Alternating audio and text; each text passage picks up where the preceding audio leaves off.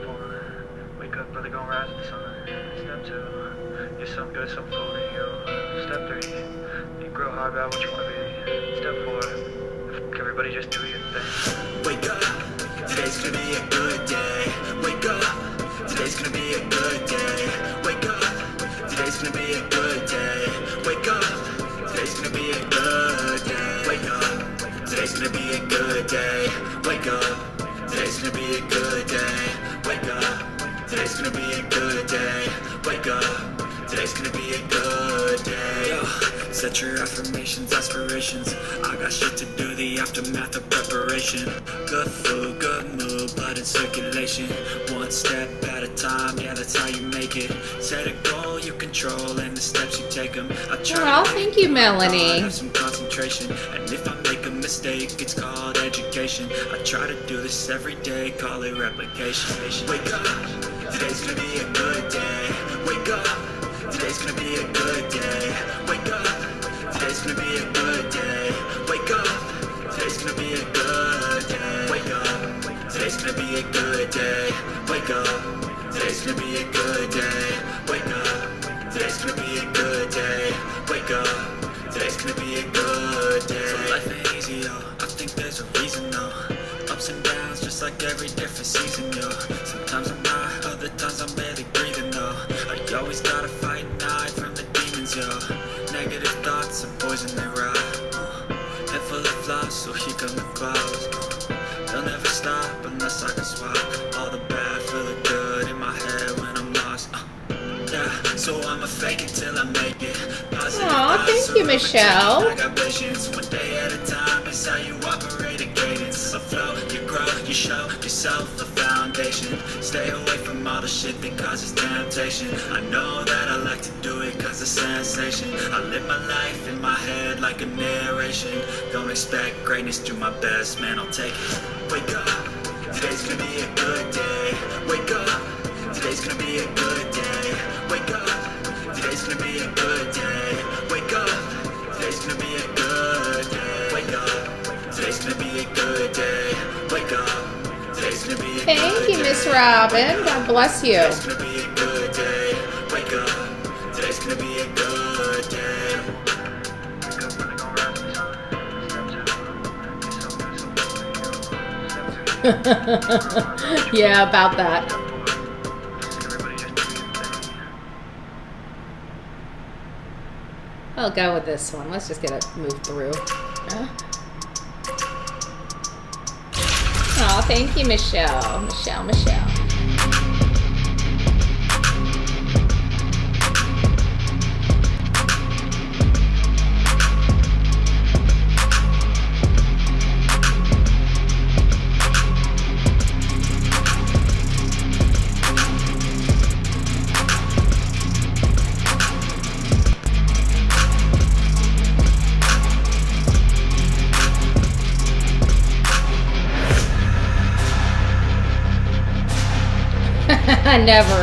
Never in a million years.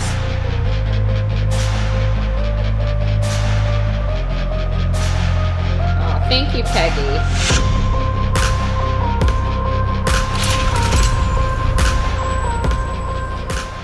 Alrighty, hold on, let me get this moved over. Alright guys, I'll put my face on to say good morning, but because of our issues yesterday, I decided to kind of take my face off because, you know, we're having technical issues and I have drop frames that keep going, so I'm going to go ahead and take my camera off. Hopefully it helps a little bit with the improvement of the drop frame. We're kind of on cheap internet at a hotel to run the show, but as many of you know, I'll tell you guys what happened yesterday. We were going to go out and I was going to take you guys along. We're going to do that sometime today, but my car needed an oil change, and so I took it down to the GMC dealership because that's what was close by, and I was there for 3 hours. It was rough. You know, usually I go, especially like in a dealership, I just don't trust anybody. I didn't know where a Walmart was. I didn't know where a 5 whatever was. There's a dealership right there. I went over there. I figured it would be about an hour, maybe an hour and a half. I was there for over 3 hours. I was absolutely utterly, there were nice people. I don't want to, dog any business, because they were very nice people. It was just a very busy day, being a Friday.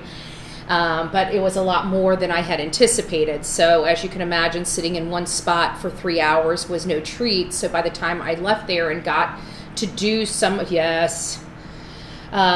my work that I needed to do, I ended up missing meeting with a few people over at the stadium. And so I got to try to get back over there sometime today in the next couple hours to sit down and speak to somebody there.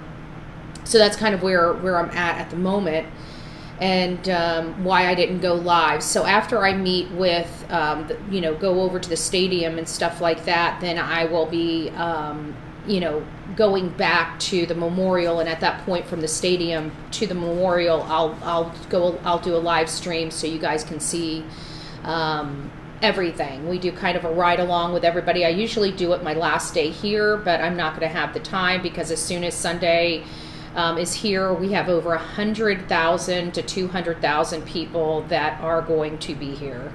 So it's going to be a nightmare, an utter nightmare. Let me put this back up. You don't need to see that right now.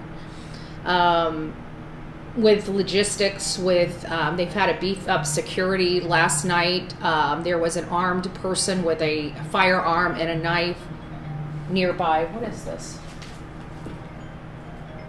Hold on just a second, guys. Hey, give me just a second. Let me mute myself real quick. Hold on a second. I don't know how to mute.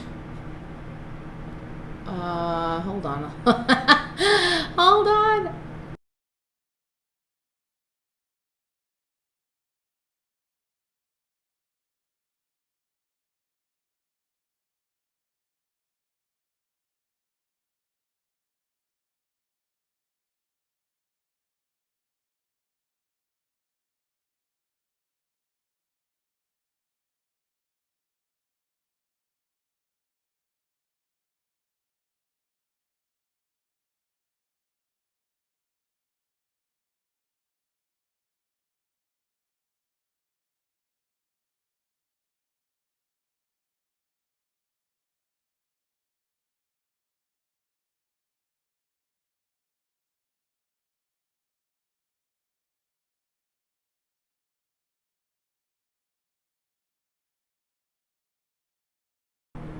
All right, guys, sorry about that.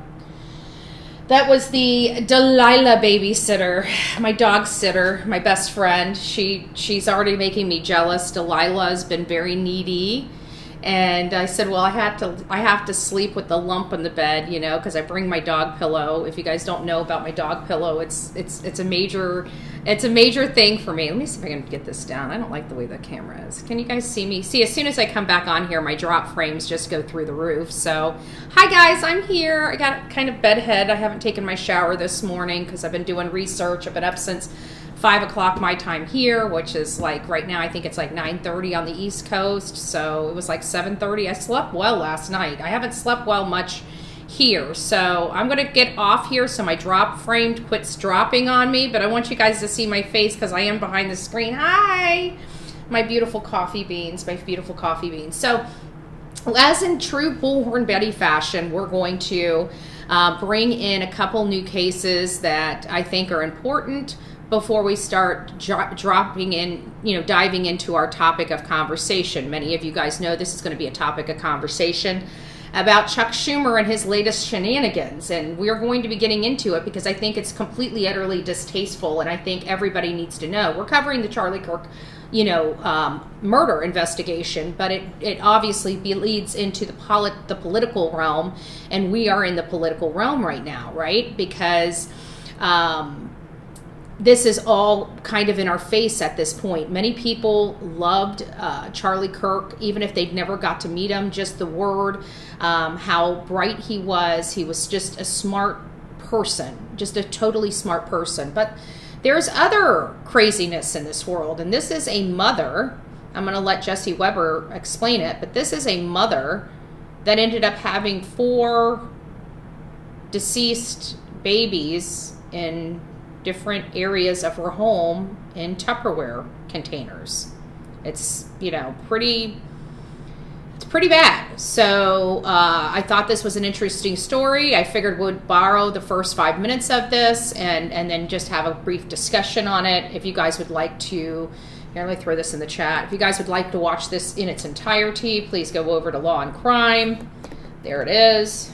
There you go, right there for you guys. So let me just, again, if this is bothersome to you, please, you know, use caution, because it's kind of a shocker. That this woman was evicted from.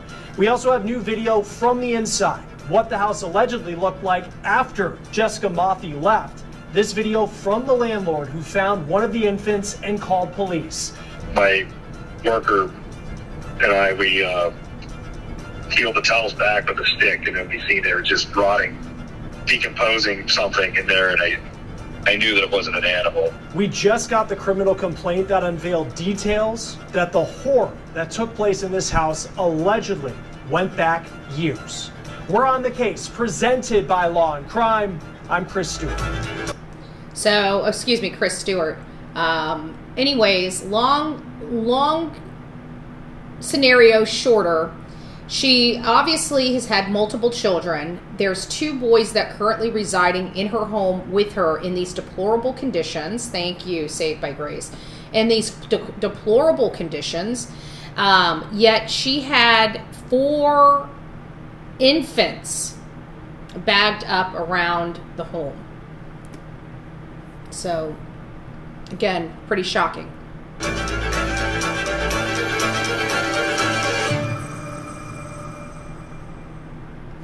As if this story we are following out of Western Pennsylvania couldn't get more disturbing. There's a lot of stuff coming out of Pennsylvania. Of a 4th infant inside a home that a woman was evicted from last month. Now, originally, police had said that they had found 3 dead infants inside the house, but now they are saying there is a 4th. A fourth. I don't understand how nobody knew this was going on. Guys, this dates back to 6 years. Like the first child would have been 6 or 7. Let me get you up to speed on this new information. This is the new video we have from inside the home in Cadogan Township, Pennsylvania.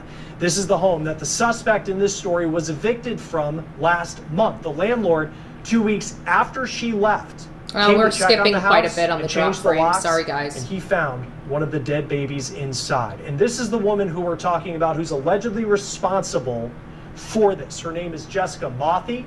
She is 38 years old, and she is currently in the Armstrong County, Pennsylvania jail, and she is being held without bond, and she is facing new charges that I'll tell you about in just a moment. But let me tell you.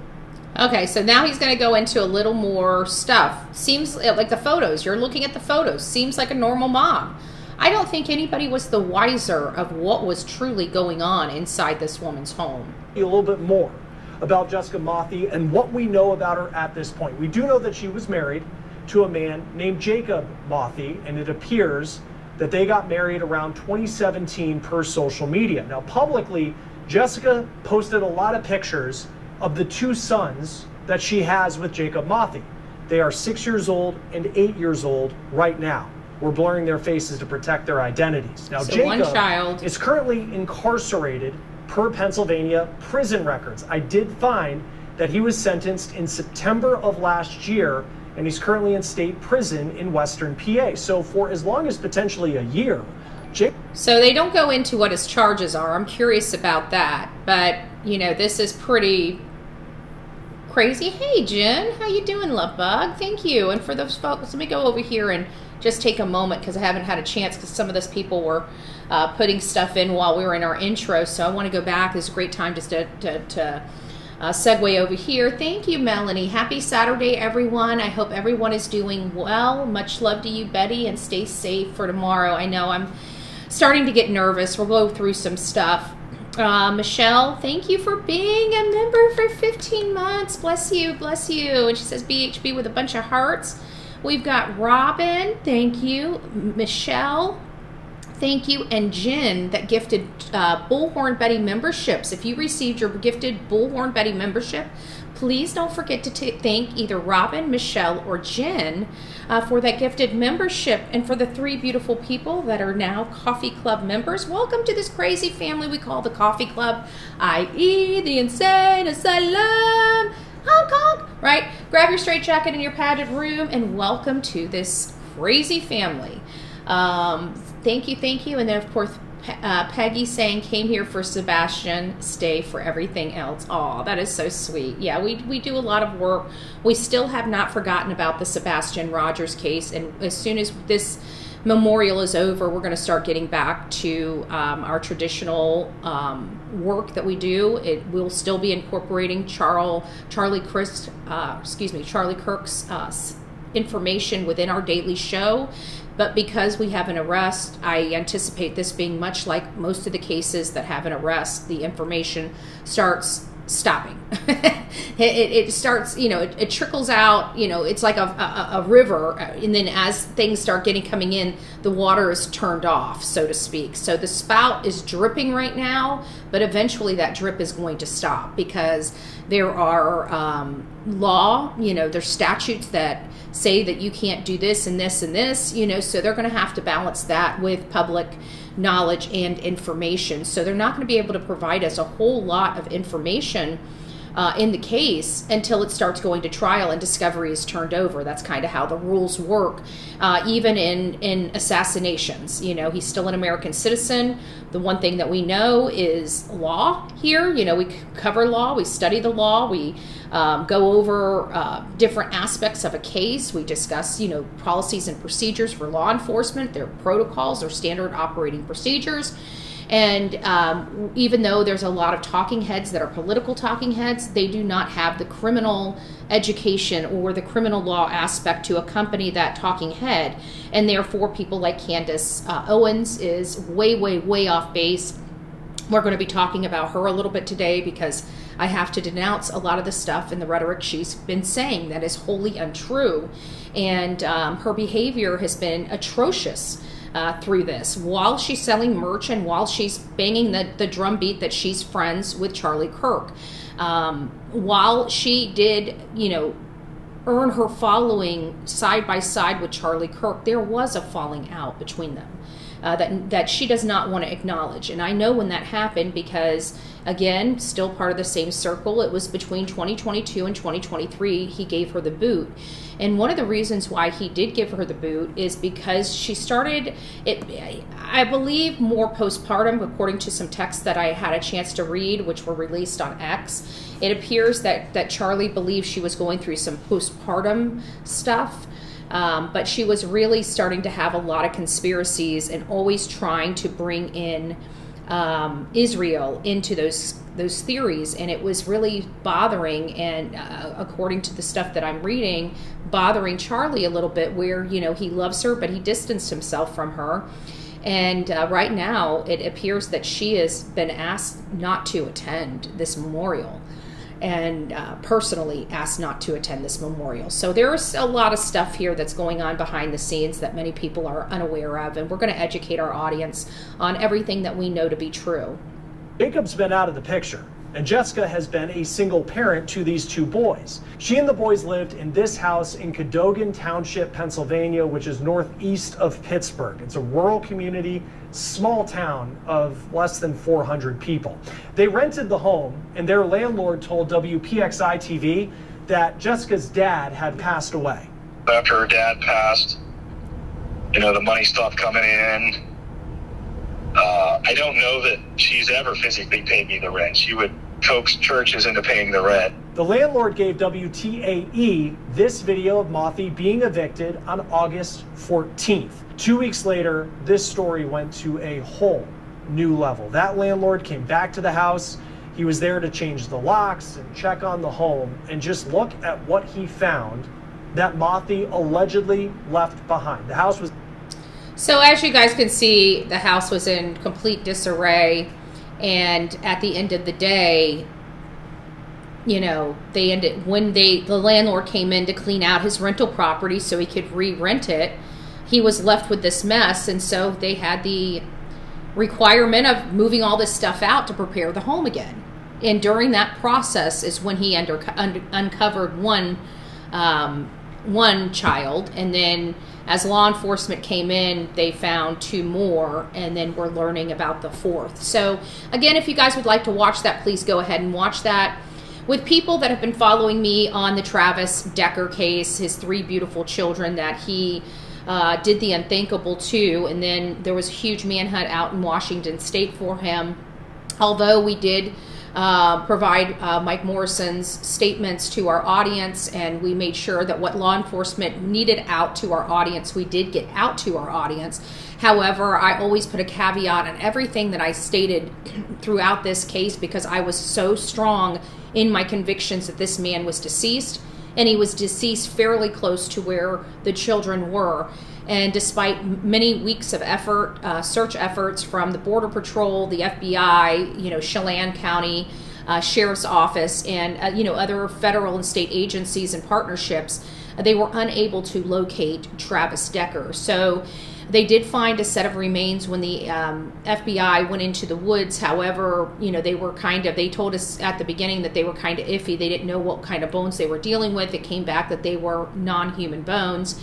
So it kind of really, deflated some of the air out of the room when we found that out, when we were so hopeful. And now we're finding out that while we do not have a complete identification by DNA, we do have some more information on why they're so confident that this is Travis Decker, and I thought I would let each and every one of you at least get to hear that. Again, guys, I'm sorry that our show is kind of buffering a little bit or dropping. My drop frames are pretty high right now, so I'm not showing my face in an effort to show you the program. So please stick around. Don't forget to hit the like button if you guys would like to show your support. Please consider sharing this. If you'd like to go a step further, consider Cash App, Venmo, PayPal, or Super Chat and Super Sticker. That's the best way to help get this show out there. But again, the most important is those likes and the share, and you guys commenting in the chat box and enjoying yourself. If you haven't already, if you're here watching and you haven't already plugged something into the chat box, why don't you tell your fellow neighbor good morning? That's the best way you can show this channel some love free of charge. And for those that would like to go a step further, again, memberships are also available to you. Chief Ryan Moody, who's overseeing our detectives unit as Chief of Operations. I appreciate all of you coming here today. We're going to give an update just based off our operations that we've been conducting. These were pre-planned operations for a 4th search related to the Travis Decker case. And this can be regards to the murder of Peyton, Evelyn, and Olivia. Again. Now, I just want you to hear something. I'm going to put my face on for this one, even if I do skip around a little bit, even if my drop frame starts dropping really bad, which it probably just did. Did you hear him say 4 searches? I want to remind you that these children have been missing since, I believe May sometime. I don't remember the specific date, but May they have been missing. And they've done 4 searches. We have another story. His name is Sebastian Wayne Drake Rogers. And Sebastian hasn't been seen or heard from almost in 18 months. Let me move this up here right above that so you guys can see this boy right here. Over to, all the way to the end. That's Sebastian Rogers. And that's his father, as you see me, and then you see the big crybaby, which is his stepfather, and then right behind there where it says liar over her face, that is the mother. The mother, I do not believe. I believe something happened inside their home. We've been fighting for this case for quite some time. They're friends with their sheriff. They're friends with a lot of heads of that county. Their family has a construction company and pays millions of dollars to that county in impact fees and other contractual building permits and stuff like that. So they have a lot of pull in that county. Would you know that the sheriff in this particular case, his name is Eric Craddock. I believe he's corrupt. His detectives no doubt are corrupt, because I can tell you Lisa Byington, which is now retired subsequently, she lied to the court and lied on an affidavit. So their ability their appetite for corruption in that county is pretty high. They let it go. And so I don't like that. But they only searched for 7 days for this 15-year-old autistic boy. 7 days. They've never done another search for him.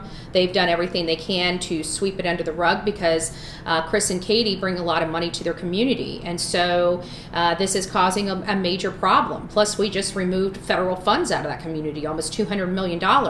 So they are starting to struggle. You know, Eric Craddock wanted to get out, you know, go to the county commission meeting and beg for a raise for him. He wanted to beg for a remodel for his business, but he's never once asked them for money to search for a boy in his own community. They are not looking for him. They are not doing anything. They screwed up the case at the beginning, and the only reason why they will not let federal partners take over is because I think it'll be an embarrassment once they realize how poorly they've done this case. And I just think it's funny because, you know, this is a sheriff, Mike Morrison, I think his name's Mike Morrison. I know it's Sheriff Morrison. He wanted answers. And he worked with whoever he needed to work with to get those answers, including turning over the investigation to federal agencies because he realized his manpower couldn't do it, because he was honest with himself. And you know what? That sheriff wanted to do what was right of the case, period.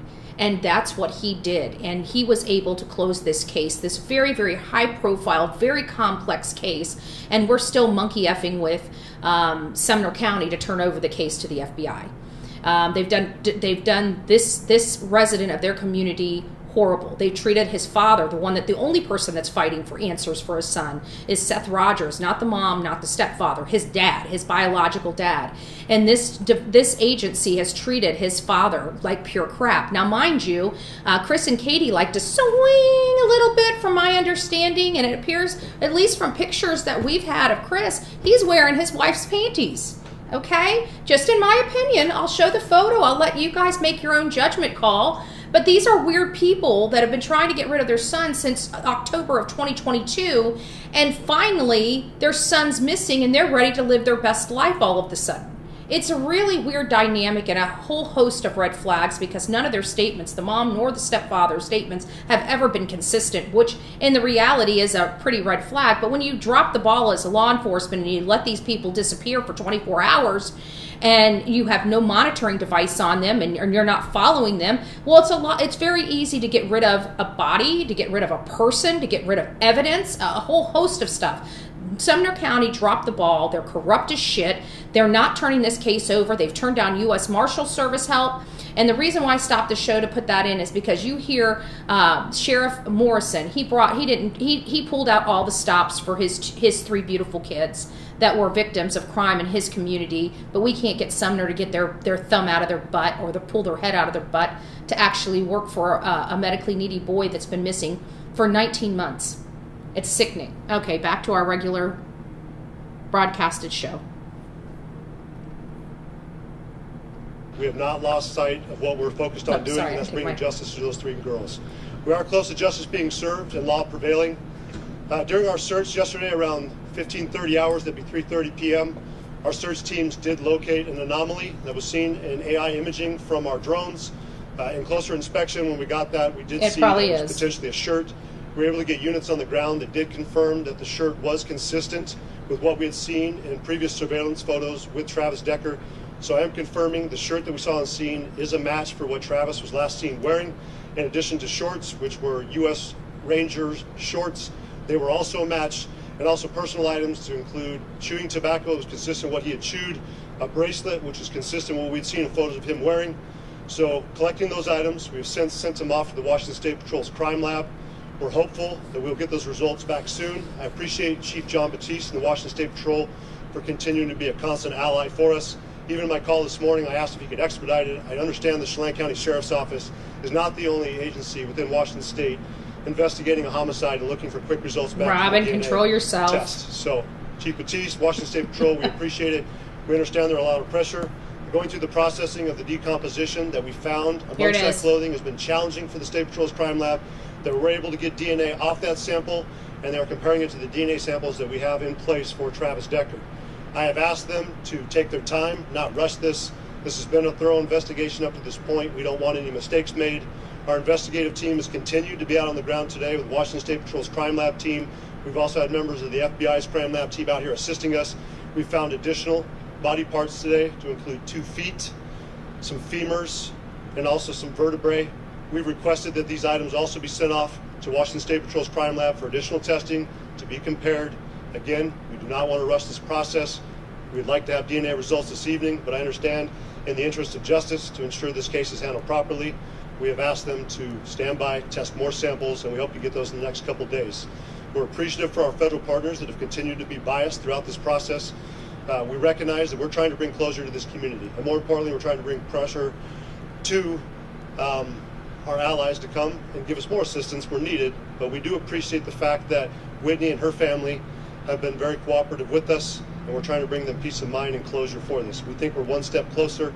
As soon as we get the results back, we are optimistic that these results will confirm that we have located Mr. Decker, but until that time, we're going to stand by and wait for the 100% confirmation.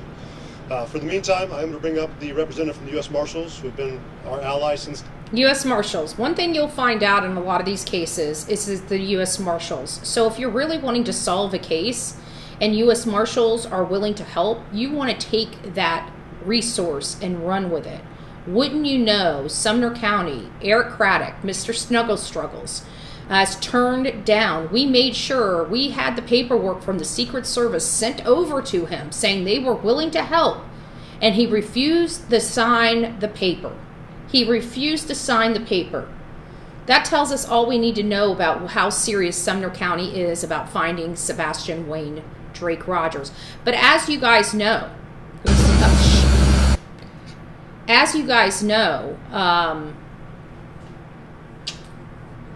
he hasn't been found. He hasn't been seen. But now we're going to get over into our main topic of conversation right now, which is all the information related to Charlie Kirk's assassination. If you're unfamiliar with this case, which it's pretty hard for anybody to have missed this. It's literally running across this country. This was a key figure in our MAGA movement. He was idolized by many. He was just a sweet, ginger individual that loved life, loved God, and believed that biblical principles reside in our politics, and tried to show and incorporate the Bible in with our Constitution, in with our current laws. I also found just recently, because of this situation, that even our civil laws are derived by different scriptures in the Bible, and they identified that in Deuteronomy. And so I thought that was pretty interesting. You know, I'm learning a lot. I've known him. I've gone to a lot of events. It's mostly political events. And I knew his will for the Lord. He brings it up quite often because that's what he wanted to be known for, is his faith in the Lord and God being his creator. But I never really heard a lot of the stuff like I'm hearing it today. You know, I'm going back like many of you and just listening to all the good stuff he did in this world, and it's very painful to listen, but I'm also learning. For the first time, I've got my eyes and ears open.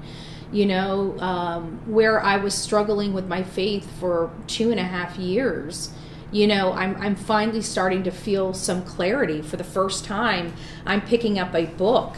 It's called The Great Controversy.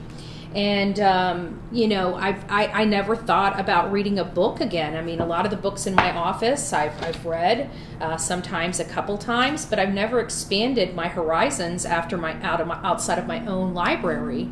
And so while I was at the Charlie Kirk Memorial, a gentleman that I've seen at just about every rally that I've ever been to, and he's been trying to hand me this book, and I've always turned him down for years. The Great Controversy, and for the first time he came back up to me and he asked me if I wanted to read this book. And I know he recognized me from turning him down because I look exactly the same when I'm out there. I'm in my gear, and my gear is very, very noticeable of who I am and what my affiliation is. And so for the first time I grabbed this book and I actually broke the spine of the book and started reading. Now I only got through 1 to 2 pages before I had to leave and go get my oil changed so I could get on with my day yesterday. But it just shows you the power that he has even in his death over people that, he tried to mentor, you know. Some stuff stuck, some stuff didn't. But anyways, it's just a little something I thought I'd share with you guys. So a lot of people have come out. I think we've seen a lot of clarity in this time. I think that's important. You know, a lot of people are missing the boat. You know, it's all about the fight and the narrative, but it's not. I think the more important silver lining is the clarity, because people, normal people that were not paying attention to politics, after hearing about Charlie Kirk, tuned into social media to find out information about what happened. And these are normal people. These are not, you know, political operatives. These are not people in you know, the world. These are just normal people that get up every single day and go to work and really just keep their head in the sand because that's safe for them. And so they're finally saying, oh my gosh, Charlie Kirk was injured. And then they're going to online where most of us go, right? And they're seeing people that they know in their own party celebrating. That has got to be the most disgusting feeling in the whole world, to be a normal person and go look at the people that you've been putting in office celebrating and failing to denounce such a horrific act. And I think that was the clarifying moment for many people around the country. And then just see all of this stuff going on, and then hearing the Senate oversight meeting and the the House Judiciary oversight, and we're really realizing how fractured our country is.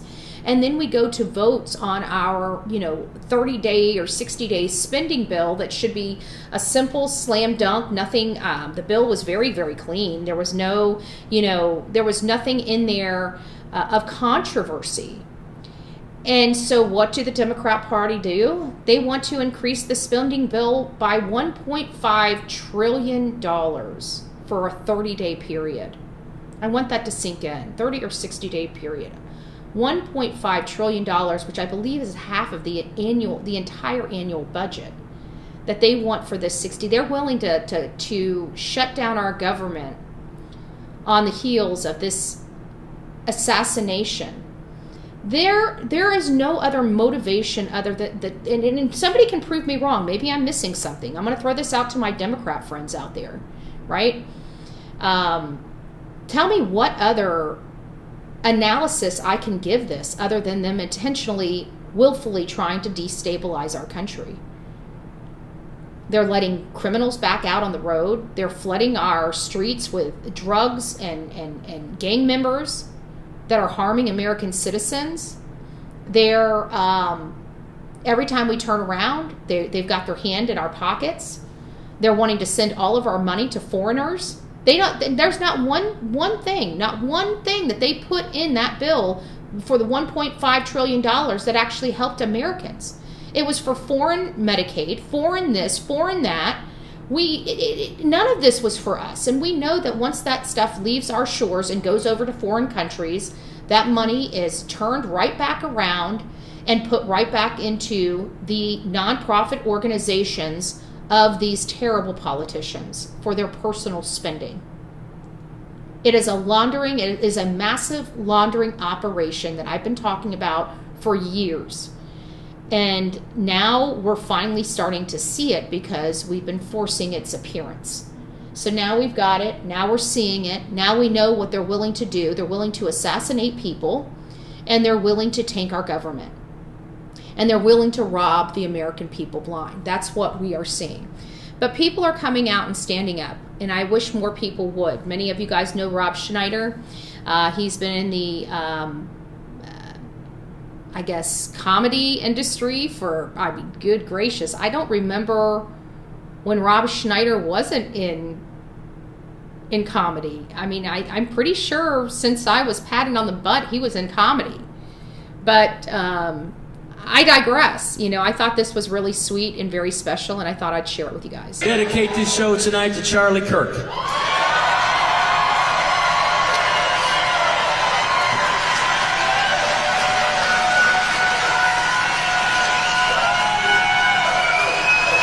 God bless you, Charlie. You can kill a man, but you can't kill a message. Amen. This country is stronger than any man, stronger than any violence. It's the freest country in the history of the world. And it's worth fighting for. Amen. It's worth defending with all your heart. Because we've been able to live our lives in the freest country in the history of the world, but what we need to fight for is our children and our grandchildren. And that's what Charlie was thinking. I've never seen anybody get so much more out of life in 31 years. Amen. Charlie Kirk. So,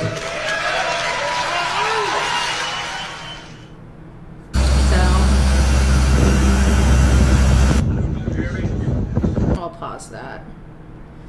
And people, there's another thing in the Kirk investigation, and this is coming out on Fox News.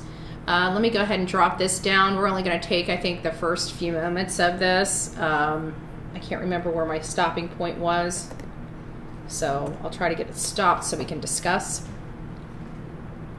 Paul Morrow is here. He's also an attorney and a Fox News contributor, of course. Paul, great to have you here. Thank you for joining us. I want to play this soundbite from Utah County Attorney Jeff Gray, who was very articulate in his description of this case. He added a lot of detail this week on it. Here's just a piece of that. Watch. Roommate, why? Robinson, why? Just to give you guys a little history before we jump right into this thing, into this video. So, as many of you guys know, Tyler Robinson is the one that's accused of executing Charlie Kirk, and many people know that he was with a trans or a man that's converting or attempting to convert to a transition into a woman. And there were some text messages between them that many people are speculating appear not to be true.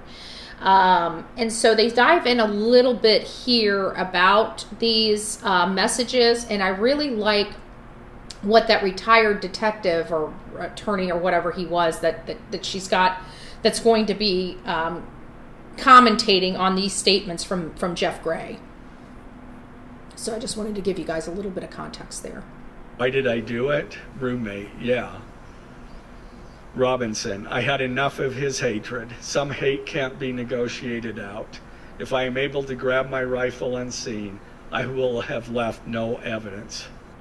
Well, you know, I'm curious just what you think of these messages. When you listen to the... So we've got our opinions, right? I think Candace Owens brought up these messages and how, you know, of course, it's part of a conspiracy theory that involves Israel. You'll find out that a lot of the stuff that she espouses is stuff that involves Israel. And I don't know why she's focusing so much on Israel, but I think it's a waste of time for her. But I digress. But she was the one that basically brought up all of these messages and said, you know, who says vehicle? Who says this? Who says that? There's no timestamps or dates on these because these messages were put in a report and it was the report that was released. Should they have given the timeline? I truly believe that they should have given the timeline, but this is a criminal investigation and we know that they're not going to give us anything that goes to the integrity of the investigation. So we here on in the true crime world understand this. People in the political world do not. And that's where all of this stuff collides and why we have additional speculation or conspiracy theories or anything like that. It's because people don't understand the criminal law side of it. They only know the political side of it. And we, at least here on the Bullhorn Betty channel, because we are fluent in both languages, we kind of, you know, marry those things together and show you guys what we can show you, but also explaining the reason why this stuff, you're not going to get this stuff is because law applies to what can be released at this point. The man has been arrested.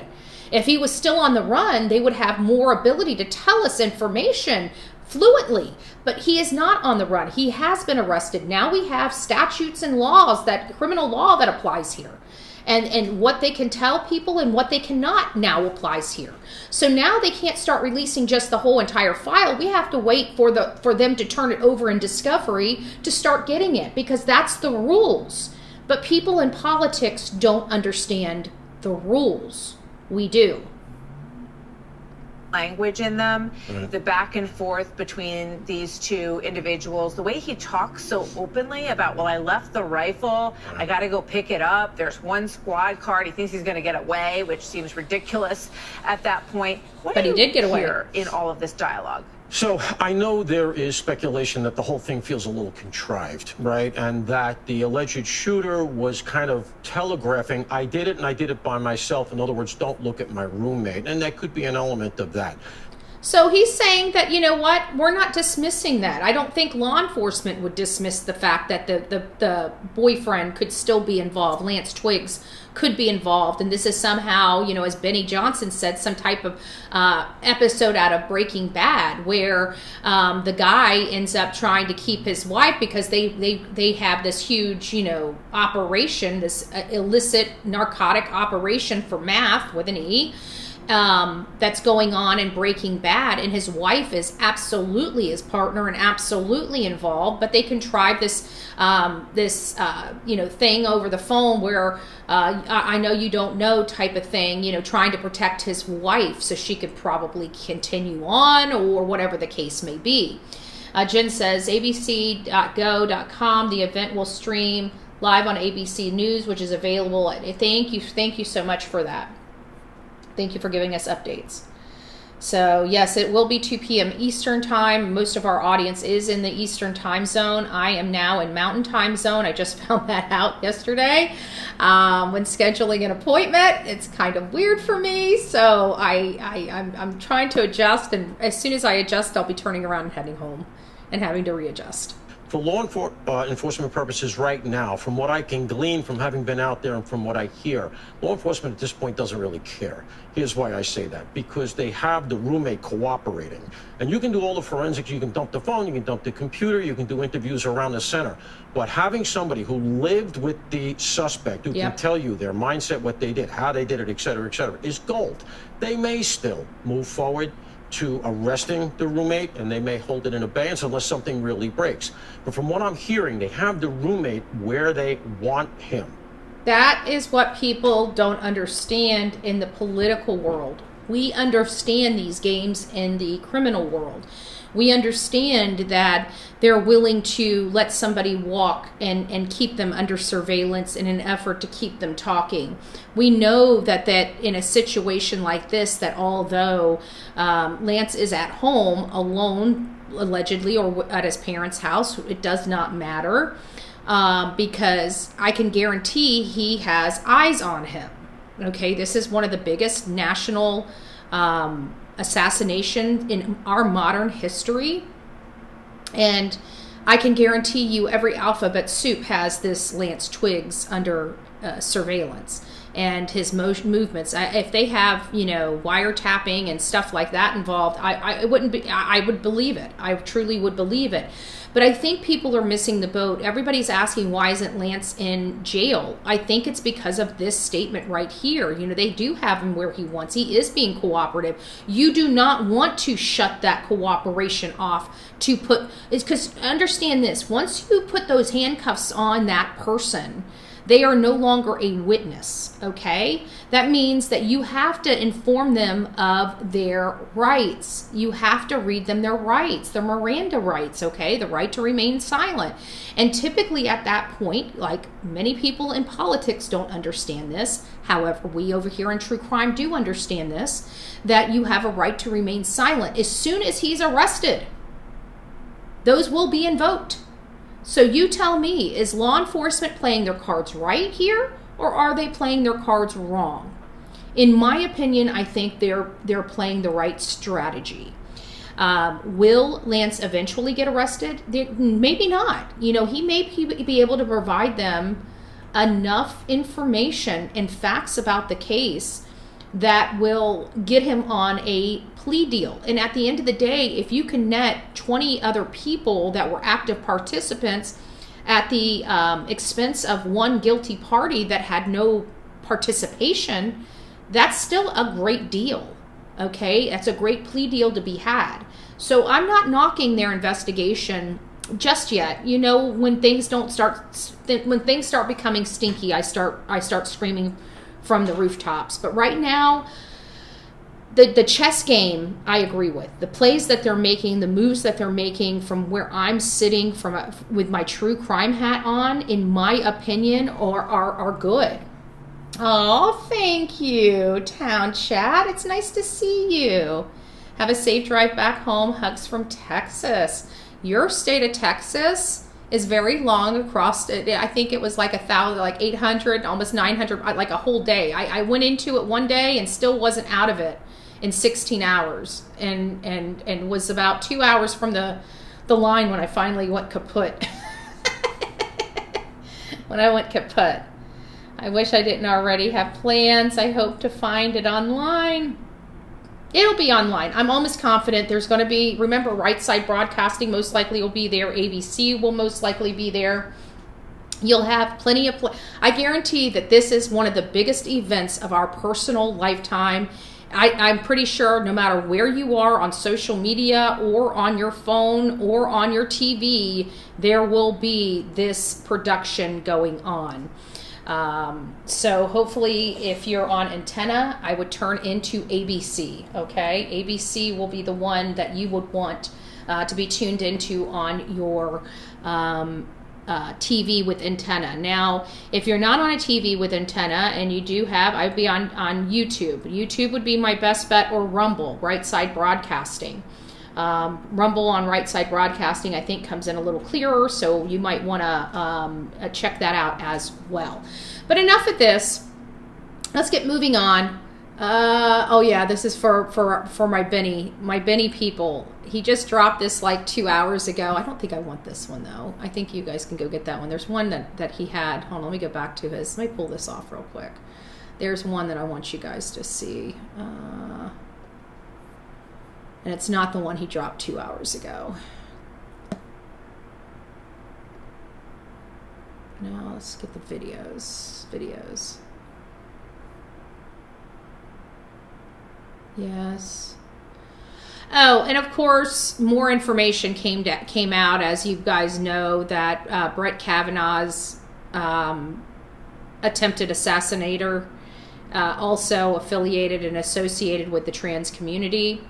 Many know that Jimmy Kimmel has been fired. He's been fired for his horrible antics on his show and lying to people. And I don't think people, I'm going to put my camera back on before I put my thing back on. People don't understand why he was fired, okay? And I think Benny Johnson explained it the very, very, very best. It's because he signaled to the people that are doing these terrible things to people like me, people like Charlie. Now, you guys have watched what I went through. I truly believe that was for my political leanings. I believe that the whole reason why I got so much attention when I first started my true crime was because I was a political activist and operative in Manatee County. And I did a lot of protesting school boards. I'd go to politicians' front doors and start and have a group of people with me. We did a lot of pressuring of politicians during the COVID era.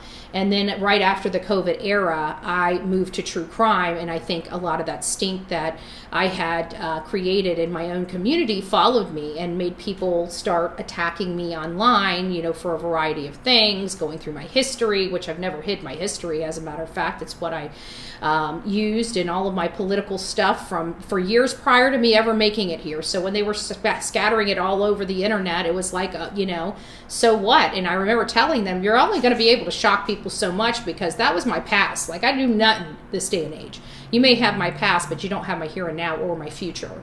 I have both for them. I have their here and now and their future, because they'll never change. And they'll still be the same pieces of garbage that they were starting out into this, as they will when they go into their ground. I will be a much better person when I go into the ground. I will have done a lot more things for this country and in my personal community than many people would ever even imagine striving for. This is what it is to be, you know, a victim right advocate and activist, as well as a political activist and advocate.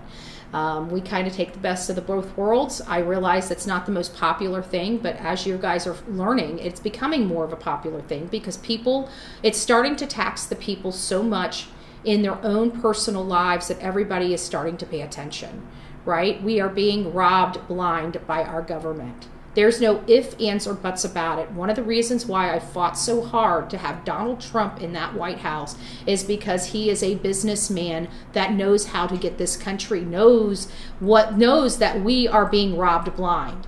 He was being robbed blind too, so he wanted to be in the White House so he can fix it for the rest of us. And people may not like it, and you know what? You got to see the mental warping that these politicians did to everybody's mind to keep that man out of the White House. Why? Because he's cutting their purse strings. He's cutting their purse strings, and that is making them go crazy. Because what they needed, this is the reality of it. There's not that many Democrats as opposed to Republicans. If you look at our map, and you look at a true map of our country, it is mostly red with a little bit of blue dots here and there. They're not as big as people think. They have to have the media paid for. They have to have these other countries sending them millions and millions of dollars of money they send over there to them back in their nonprofits and their political PACs and everything like that. They need that to function. Okay? And now they're losing all of these voters from their side. So what do they think to do? Let's import voters. So now they opened up the border to import voters in because they cannot win an election. And if you don't believe me, do your own research, please. By all means, show me. Let me use Charlie's famous words. Prove me wrong. Prove me wrong. So this is Jimmy Kimmel. Now, mind you, again, clarity has been key throughout all of this. Clarity has been key throughout all of this. Now people are seeing that the Democrats fail to denounce Charlie Kirk's assassination.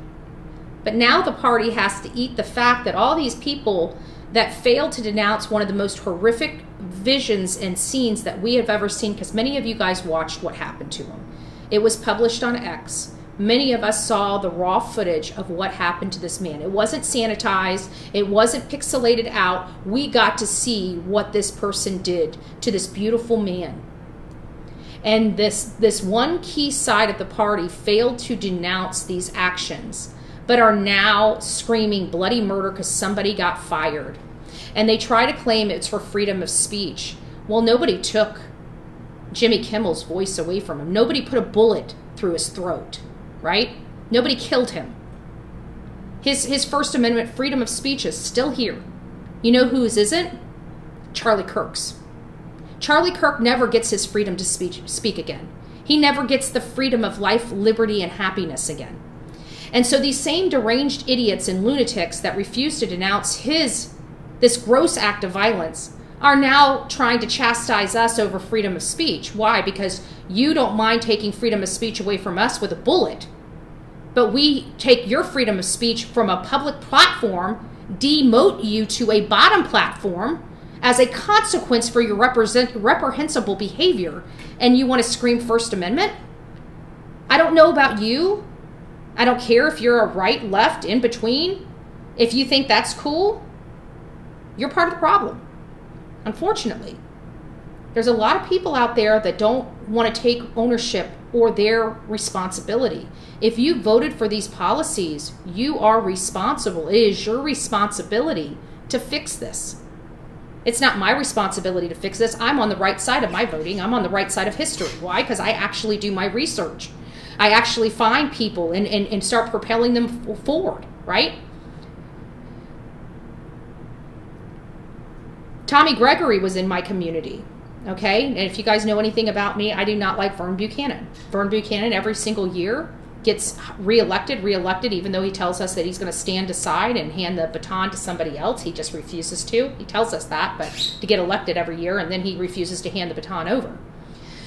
I was looking at Tommy Gregory, and I'm like, why aren't you moving into this? And it comes down to money.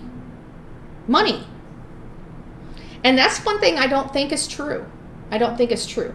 In our minds, we put this in our head that we cannot win these elections unless we have money. The one thing and the one key ingredient he's missing is heart and tenacity. Because I can tell you heart and tenacity will overcome monetary any day of the week. Having people out there door knocking, using the phones, talking to the average Joe out there, explaining positions, making sure that they understand that what they've been told is wrong, and here's the facts, and here's the stuff that you can research to prove that. I think when you start presenting those things and those facts to people, I think they come to realization. So don't ever think you're hindered on money. We need to be finding the best of the best, the statesmen, not the politicians. That is our job, is we need to find the statesmen of our country. And when we finally see the people that are doing the right, whether they're paid for it or not, we need to start moving those people into office. And it doesn't matter how much money they have, as long as you get enough people together to go door knock and go hand out flyers and be with the people. That's what it's about. Too many people, all too many times, are isolating themselves away from the world, when you need to be getting engaged and speaking to people. And the famous, statement of "go touch grass." There's nothing more empowering than being able to speak with the community and find out what their true concerns are. I did this back in 2015 and 2016, knocked thousands of doors. And I got to meet my neighbors, my community, all walks of life, and got to hear their biggest concerns. That's what made me such a passionate advocate in Manatee County and for Manatee County causes, is because I got to meet my people. I got to meet my community. I knew what they wanted. I knew where their focus was. And that's why I was able to get things done, is because I didn't have money, okay? I ain't buying politicians. But I do have the backbone to go in there and say, I'm going to unseat you. And I know that I can do that. I know now I have the ability to unseat politicians that I don't like. And you know how I do that? Very skillfully. I speak to the people and show them where they deterred. And once you show them that there's a better path forward, most people take it. At least in my world. All right, I'm going to shut up. Thank you for letting me bend your ear. Let's get back to Benny Johnson. One of these days, I'm going to learn how Benny does his videos. I know people know how to do them. If you guys know how to do those That's Benny. Let me change his face. If you guys know how to do those funny videos where you have water coming out of people's eyes and stuff like that, please, please, please send me whatever you know, however you know how to do that. Because that stuff there cracks me up. I'm sorry, it just does. And Benny does it better than anybody else. Okay, let's listen to Benny.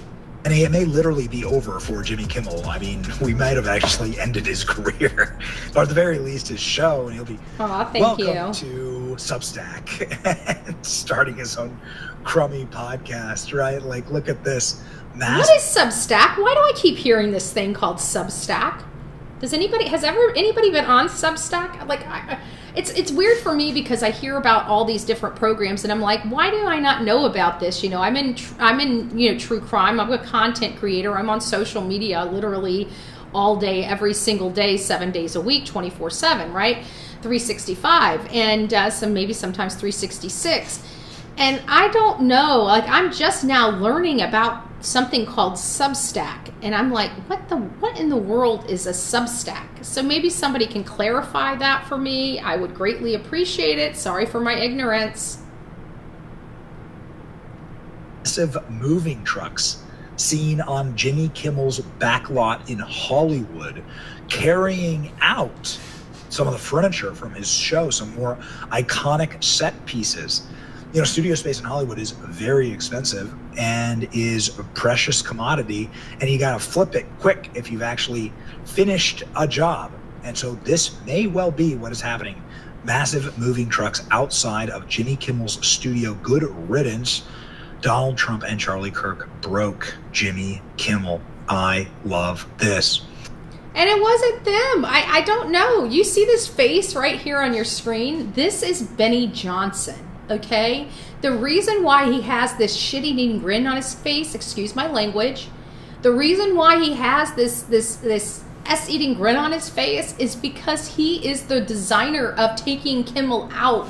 It was Benny Johnson that called all these networks. It was him and his production team that moved the needle on making sure Jimmy Kimmel was fired. He's the one that had the talking points on. He's signaling to people to do this more, that he will protect them if they go out and hurt more Trump supporters, more people in the MAGA movement.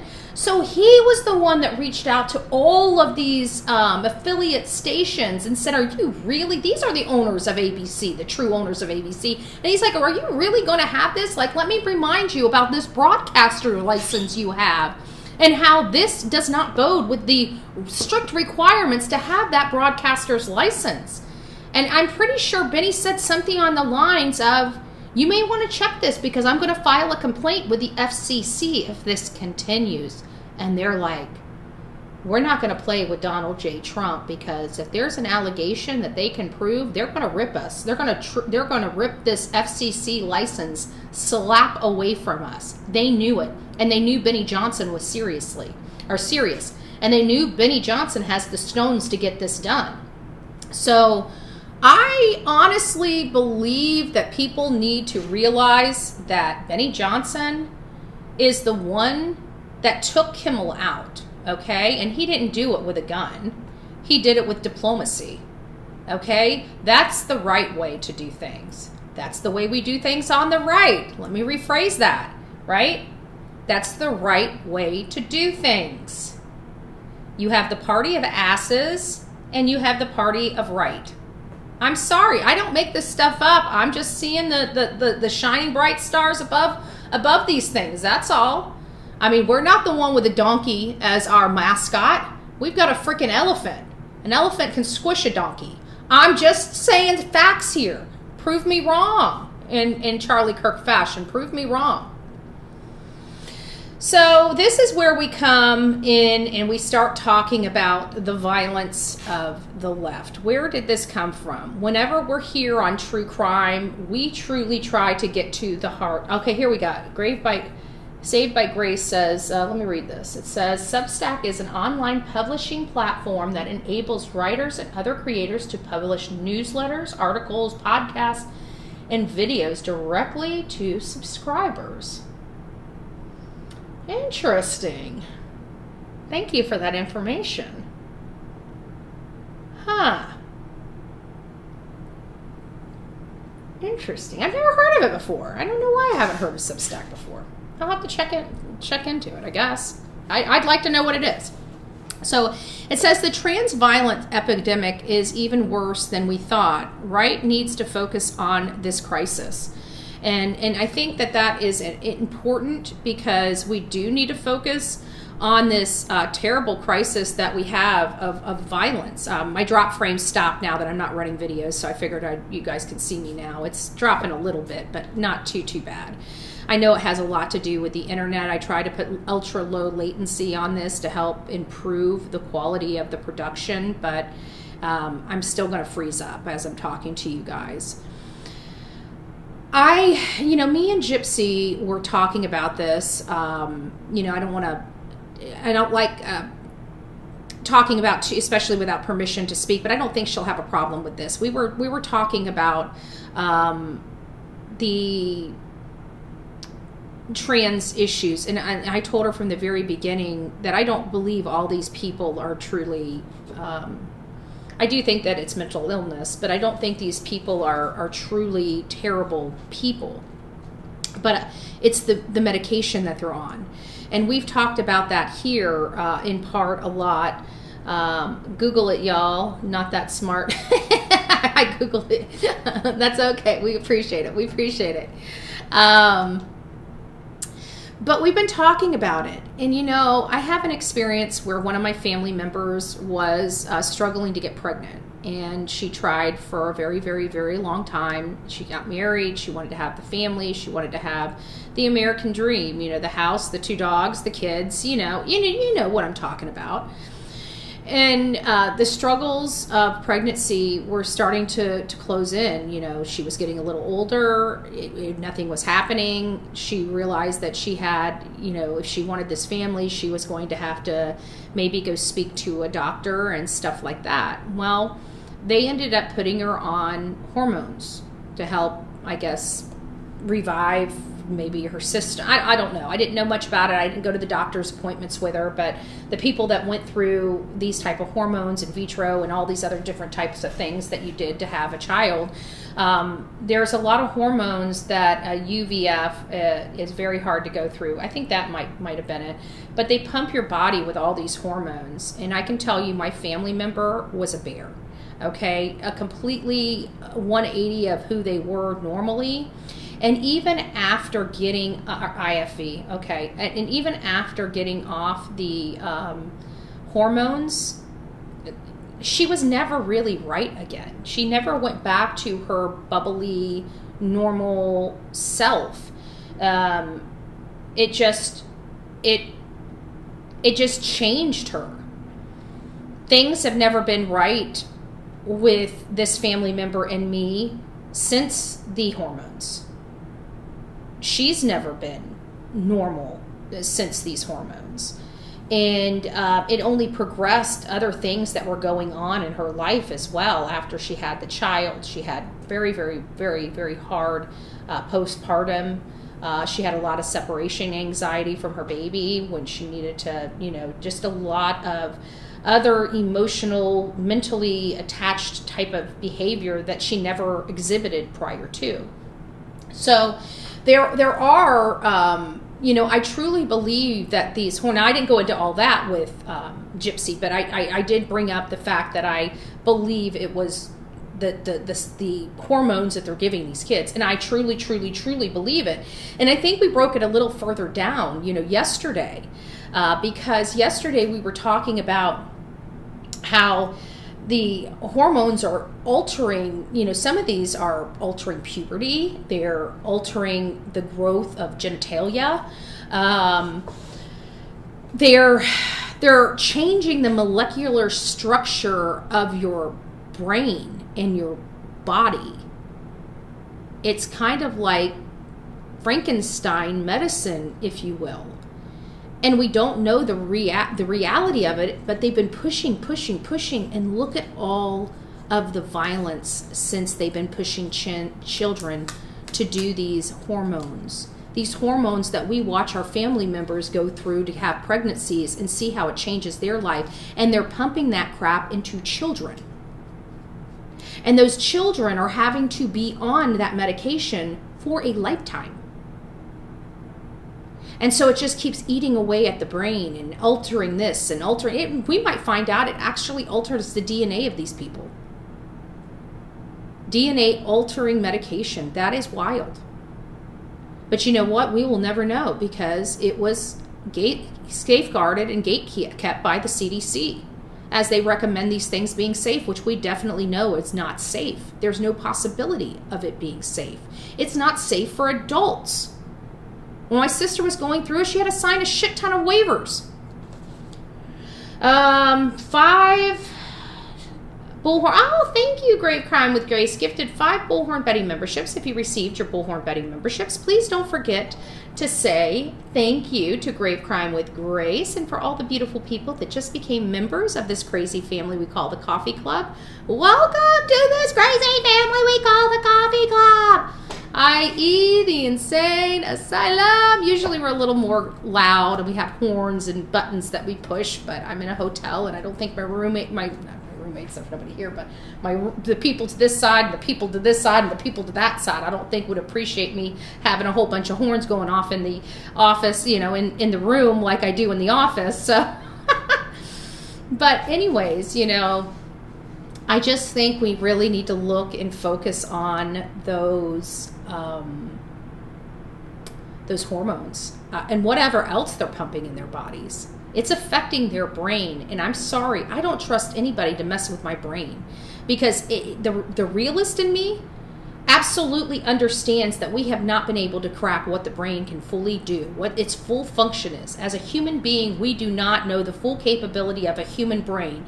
And I'm sorry, I don't want nobody messing with my brain when they can't even tell me how it fully functions, okay? Because if they don't know how the brain fully functions and what capacities our brains truly have, you cannot tell me that you can alter my brain without knowing what it can do.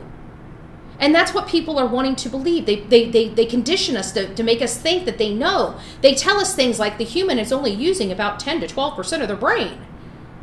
We don't know what 90% of our brain does. So how in the world are you going to let a doctor mess with your brain when they only know about 10% of what the brain's capability is? That's scary to me as the realist. That's scary to me as the realist. Yep, they affect puberty gland, which is in the brain. Also, many on mind-altering pharmaceuticals, putting chemicals into a healthy brain based on zero scientific proof of chemical imbalance in the brain. And that's it. Do you know if you have low blood sugar, you can literally have a blackout violent attack that you will not even remember?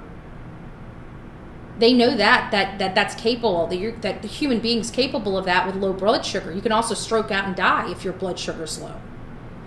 So there's chemicals that are in our bodies, including sugars and vitamins and stuff like that, that can alter how we think, feel, and process information depending if we're lacking of, including something as simple as sugar. Either sugar that's too high or sugar that's too low. Something as simple as sugar can have mind-altering effects on the body. What is hormones doing to the body? I just want you guys, I'm hoping something I'm saying sinking in, because this is a little weird. And I'm sorry, this is what they are doing to our country. You cannot tell me that people that are designing these things don't know the effects of these things. They absolutely do. They absolutely do. They didn't care, and they didn't properly warn. And quite frankly, I think that the doctors, the pharmaceutical companies, and the surgeons all should be held to account. All should be held to account. Now, do I think they need to lose their life? No, but I think they need to be in prison. I think they need to be in prison.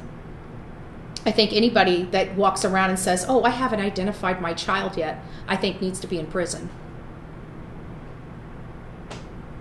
My opinion.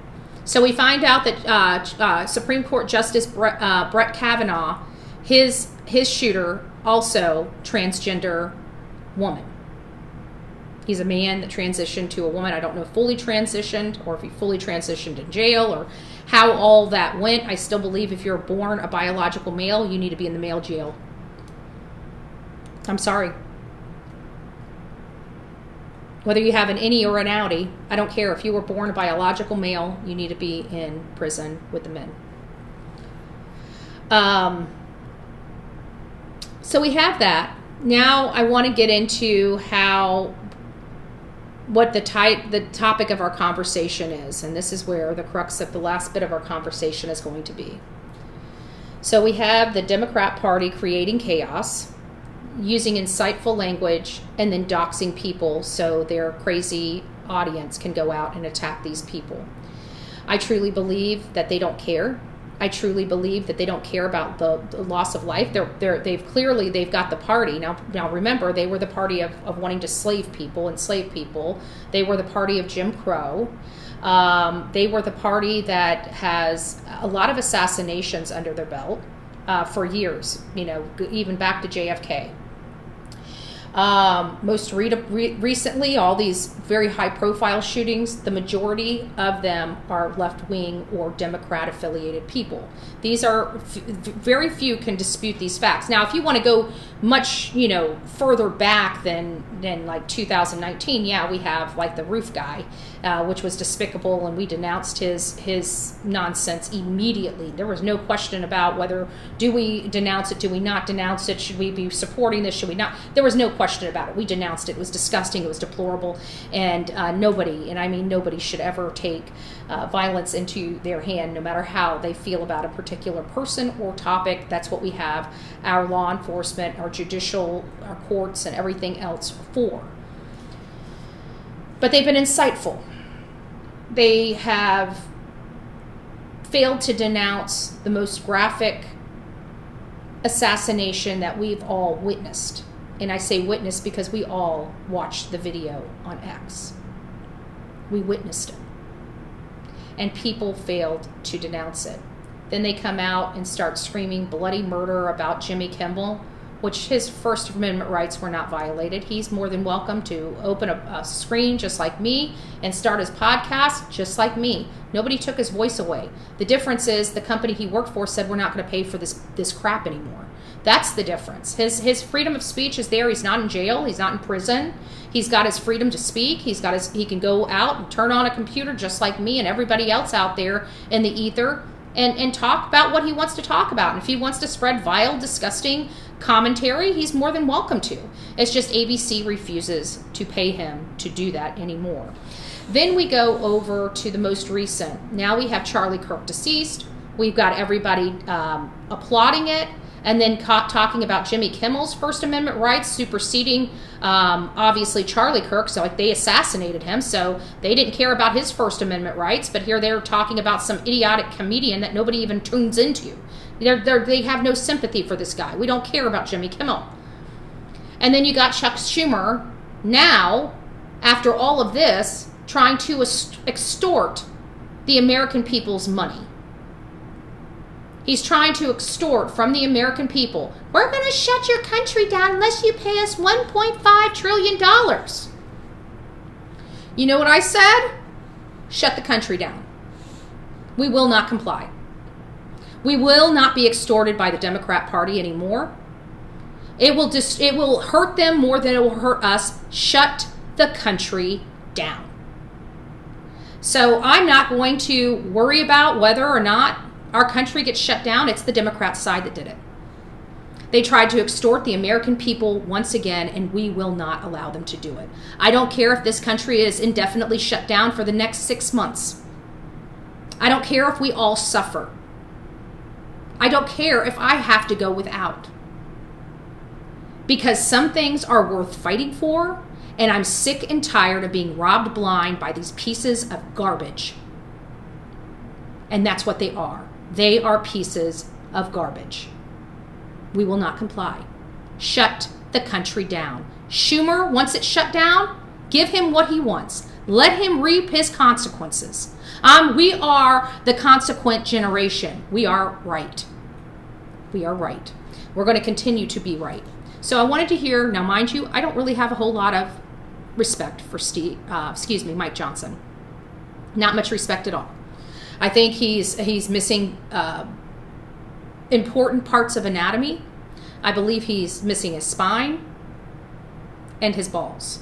Okay? That's how I truly feel about Mike Johnson. I don't think my opinion's going to change until he grows the spine and the pair of balls. Okay? Yes, it's going to keep freezing. There's no point in even complaining about it freezing. I'm on cheap Wi-Fi internet at a hotel. It's going to freeze. It's not about whether you can see me good. It's about the message I'm trying to deliver. So please, if you guys want the message, please stick around. If you don't, have a great day and God bless you. But Mike Johnson is missing 2 key ingredients. And again, it's balls and backbone. I'm going to shut my camera off so you guys can quit bouncing. Every time I put something on that's a video, it drops my drop frame. So we're dropping. I can see I'm dropping, but there's nothing I can do about it.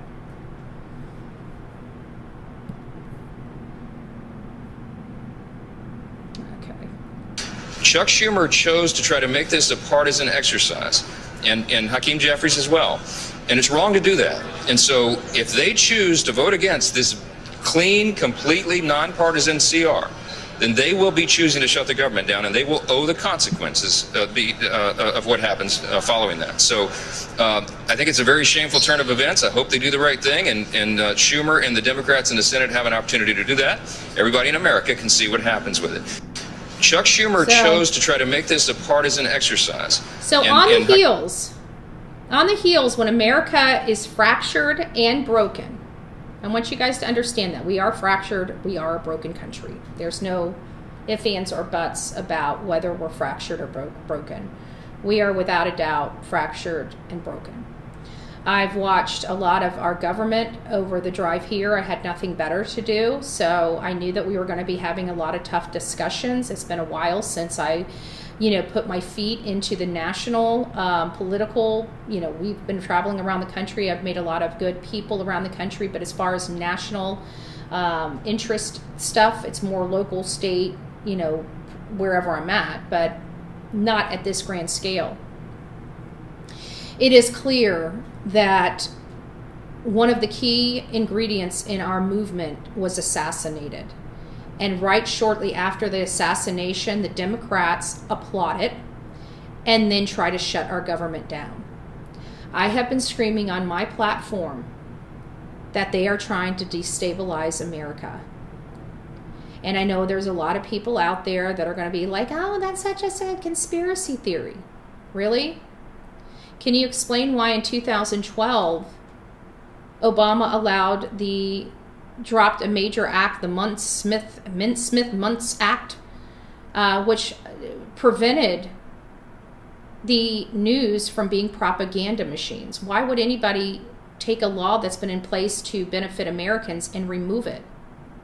That's the first question you have to ask. And then you got to ask yourself, why in the world would a party be voting to put violent criminals back on the streets to attack American citizens? You have to ask yourself, what benefit did that have? It didn't save us any money. It put us in danger, and it killed and got a lot of our children raped. So why are they doing that? I couldn't tell you. So now you have to look at what the Democrat Party did with the border. Now they let a lot of people in without checking who they were. And we found out that a lot of people were bringing over, just being able to literally cross over. They could have had it unwrapped and it could have put on there,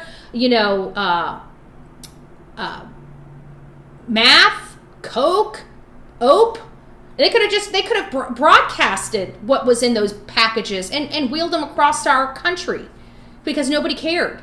So why would somebody want people to come over here in 15 and 20 millions, destabilizing our real estate economy, and then starting to push all these narcotics that are killing hundreds and thousands of Americans around the country? These were all policies of the Democrats, and people have to take their blinders off and ask, why would anybody put their own party members, because you are normal moms and fathers out there that are part of the Democrat Party. You're not the hierarchy. You get up and go to work every day and pay your taxes just like the rest of us. So explain to me why they didn't care about you enough to put you next to these people that want to rape and murder your child. Those are questions you're going to have to go to yourself and ask. And then after that's said and done, why in the world would they be trying to shut down the government and extort us out of $1.5 trillion? They're trying to extort the American people or shut the government down. And if you know anything about me and my bullheadedness, I'm going to shut the country down. You will not extort me. You know how I feel about intimidation. You know how I feel about that. I still talk about Sebastian Rogers' case because their government tried to shut me down and even threw me in jail for my First Amendment speech, violating my civil rights. And as soon as I came out, I cussed every one of them out, told them to go fuck themselves, and went out there and said my piece out in front of their sheriff's department. Nobody will ever intimidate me or try to shut my mouth up because it would take a bullet. That's the only way to keep this mouth shut. That was the only way to keep Kirks' mouth shut as well. And now they're trying to shut our government down to further destabilize our economy. That is the Democrat policy. It's the Democrat playbook. It's shutdown Shumer rhetoric. And for each and every one out there, this is what I'm going to ask you. If you come across this live today, please pass it around. It's time for you to get on the phone with your Democrat leaders and tell them no, we will not comply. This is extortion. This is laundering taxpayer funds, and we will not comply. It's just that simple. It's just that simple. So, again, Shumer attempts to shut down the government in light of the assassination of Charlie Kirk. You guys can keep voting for that shit if you want to, but do not complain when it starts knocking on your door, or your family members are in jeopardy, or you lose a family member, or it's your heart that's ripped out. Don't be coming over here crying and saying, what can we do? You had an opportunity to do it, and you chose to shit on that opportunity. We here on the Bullhorn Betty channel, we take our power back, and we do what is right all the time, not some of the time. And some of that time, we have to stand on a hill alone. You guys have watched me do it many times. You guys watched me be the only person out there doing a protest. I'm a one-man show. I do not care if it's a cause I believe in.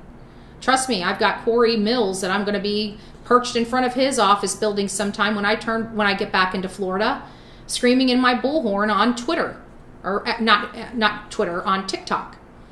I'll be running live in front of Corey Mills' office, damning him to hell for siding with the Democrats. He's had a spy in his personal he's a Republican. I don't like him. Never liked him. He reminds me of the devil. And so I'm going to make some waves in front of his office and make sure everybody knows who he is and what a piece of crap he is here in the state of Florida. That's going to be on one of my top things I'm going to do when I get back to Florida. So I've already got my mark. You know, I'm not a violent person, but I do raise my voice, and I bring a very famous bullhorn with me, and it's a bullhorn that was designed by Sonia.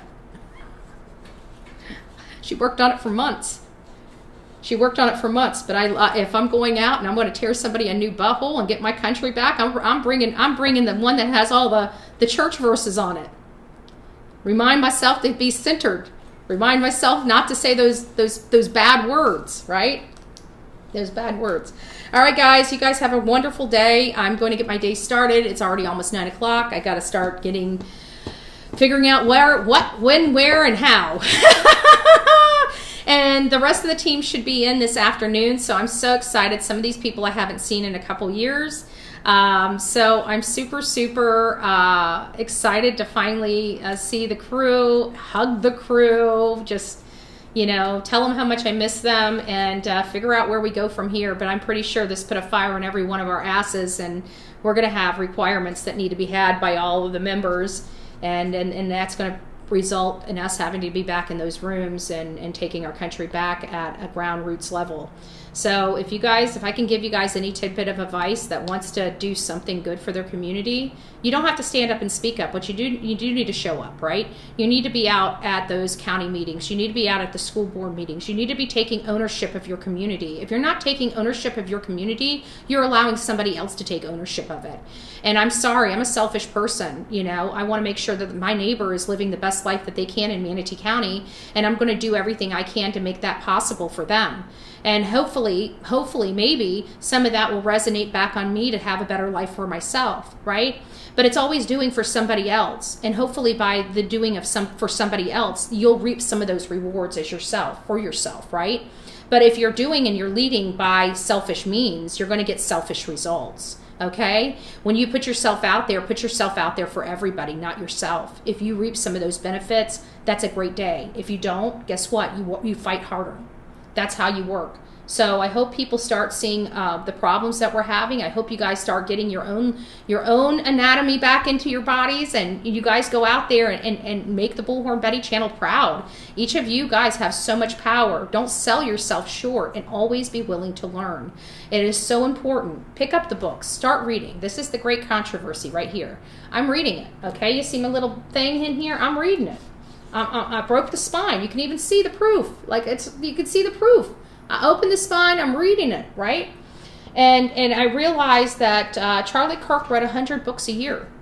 Am I going to be able to meet that tenacity? Probably not. But you know what? It's a great goal, right? And if I can just read an extra 10 or 20 books this year, that has improved my life.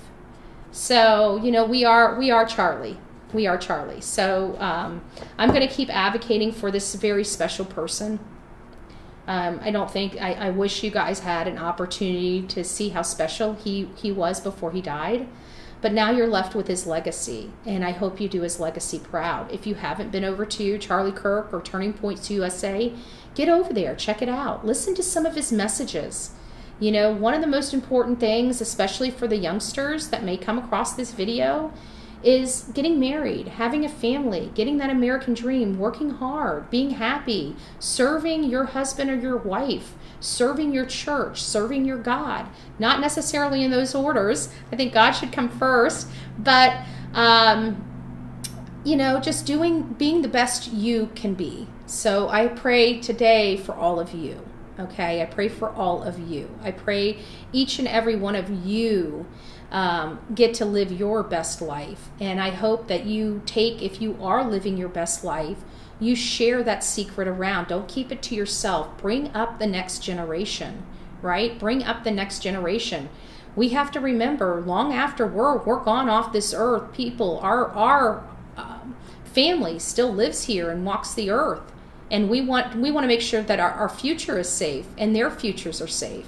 And we have to do that one vote at a time. And if we can just push 2 more people back out in those rooms to help, their communities, we're doing our job here. We're going to be setting up small groups in Kentucky and Tennessee for the 2028 elections. I'm hoping to get some real good stuff for the 2026, at least the movement going in that community for 2026.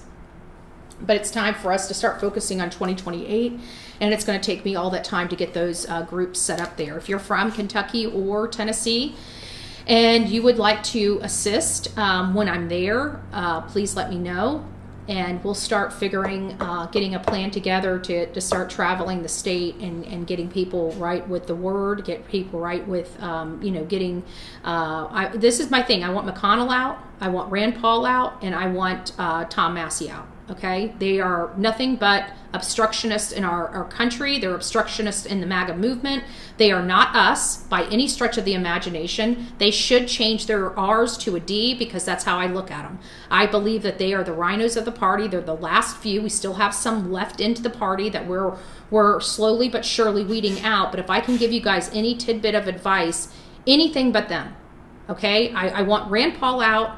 I want Tom Massie out more than anybody. Out of everybody, Massie and McConnell. But this last year, Rand Paul has just been getting under my crawl. I'm done with him. All these people that I used to think I respected, when I became more of a political advocate on right and wrong for this country, they came on that short list of you guys got to go. They've got to go. If you're from Kentucky, please do us all a favor. Get Rand Paul, McConnell, and Tom Massie out. I don't want to see them voting on any more crap again. They're driving me absolutely nuts. They are not for the benefit of this country. They're for the benefit of themselves. They're for their 15 minutes of clickbait bullshit. I'm done with them.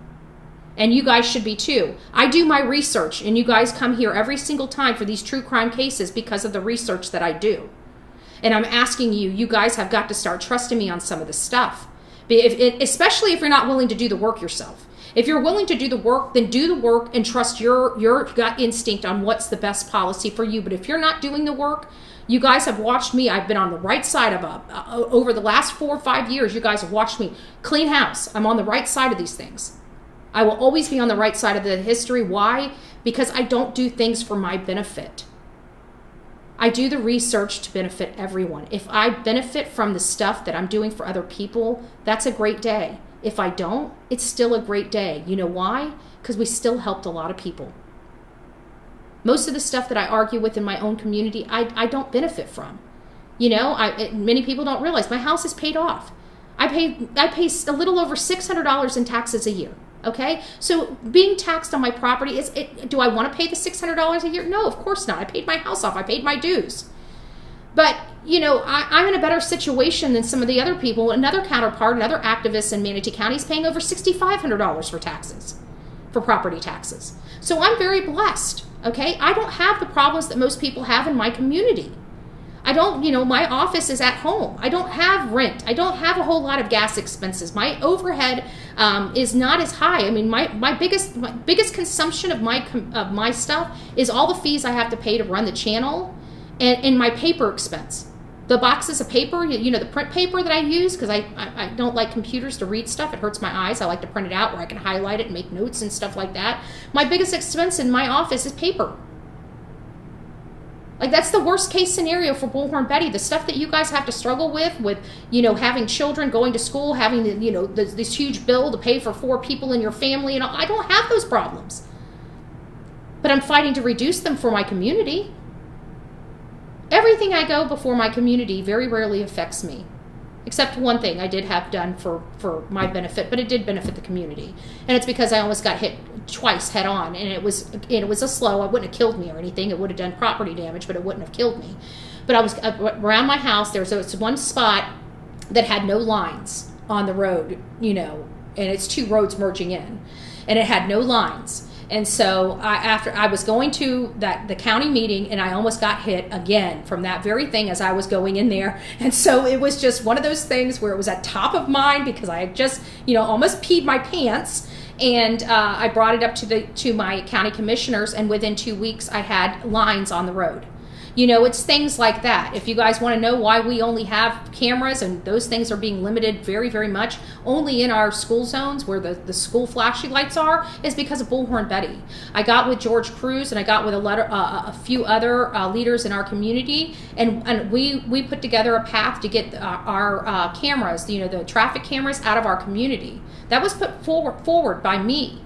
And it was finally resolved a year and a half later. George Cruz finally put the motion together, and we got our cameras pulled out of our community. So you don't have to live. You know how your company or your counties and cities say, oh, if you want to come and do business in the county, you need to pay for parking. Do you know if everybody in that community went up there and said, we're not paying for parking anymore, you could force a vote, and you guys could park downtown free of charge?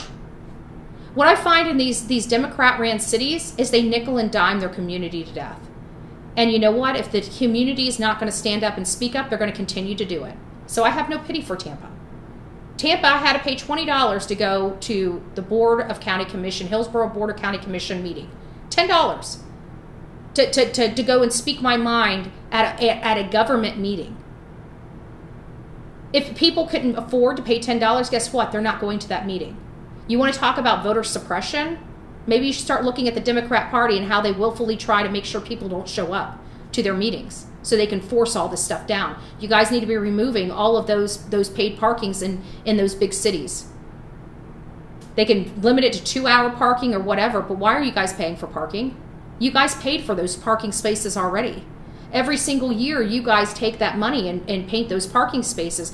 Whether you guys make that $3 an hour parking or not, guess what? You are paying for that. So what are they doing with all the parking money?